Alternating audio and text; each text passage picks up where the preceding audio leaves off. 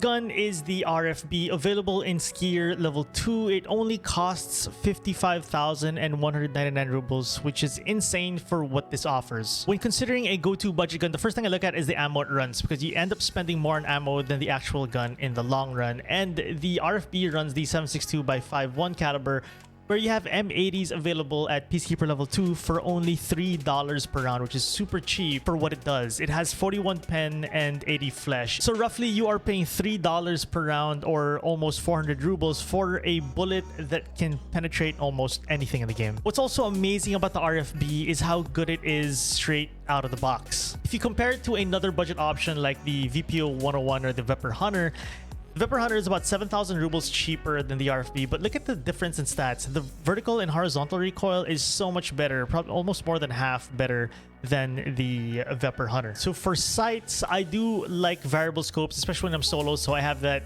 flexibility to go close and long range. So I like the Elkan as my budget choice of sight. This costs 36k. I've also seen this Elkan go cheaper to about 33,000, maybe if you're lucky 30,000 flat when players start selling it on the market. Selecting your foregrip of choice will depend on what level traders you have and your budget, but you can play around with this. I prefer the KAC because of it giving me a lot of good ergo. You could go for foregrip that gives you more recoil than ergo, but I love low ergo because of the quick ADS and whatnot. Also, the KAC is available level 1 Peacekeeper for 4,000 rubles. Super cheap. As for what you're putting on your muzzle, so first you're gonna have to put the RFB thread spacer, and it'll allow you to put pretty much anything you want. So it's up to you if you want to go suppressed or loud. I know a lot of you guys like going suppressed, so I would just go for the cheapest one. And I think at this time of recording, the cheapest one should be the one Gemtech or Gemtech, how do you say it? For the compensator and suppressor combo, it's about 46,000, which is not bad for a 308 suppressor. A little caveat though, for this Gemtech to be affordable, you will need Peacekeeper level 3 to get the Gemtech one direct thread mount adapter for $37 US.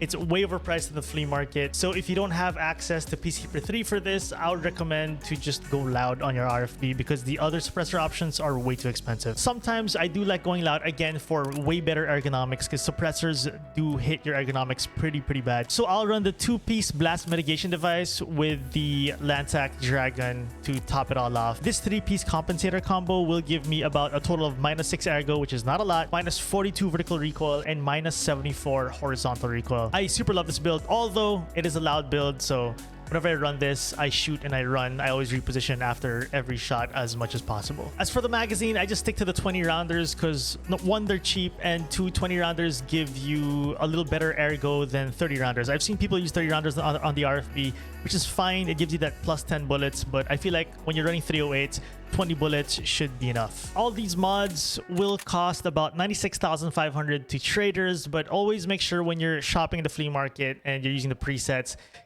remove owner type traders, and it'll bring out even cheaper deals from players. So here it shows that our suppressor, a player is selling this to us for cheaper than the trader. So we're saving about 12,000 rubles. So 83k in mods. Let's purchase all. Oh, that offer was sold. So here, 41k. We still save about 11,000. Get that, assemble, and that is your RFB. The total bill comes out at 139,356, approximately 140,000 rubles, which might sound a lot, but for what it offers, it is a good deal. The RFB is currently my favorite go-to budget gun. I actually take this exact build out a lot to Lighthouse to farm rogues and fight players. I always feel confident when I have this gun in raid because I can hit long snipe shots if I have to, and if I get pushed, a nice little mag dump always works out. The one downside I have with the RFB is that you cannot put a tactical device on this, so no laser or flashlight. There is actually a way to put a laser by putting this scope mount on, and then you can put the rangefinder on top. But my problem with this, it kind of blocks too much of my screen because the gun is so high. I feel like the right side of my screen is like almost purely blocked by how high this goes. To make up for the lack of a tactical device, if you like point firing with a laser, what I like doing with this gun is I will pre-ADS before I peek a corner and go for the shots. This is just a quick tip for those of you guys who don't have pristine point fire like myself. I don't trust my point fire without a laser, so this pre-ADS always works out for me as I peek a corner.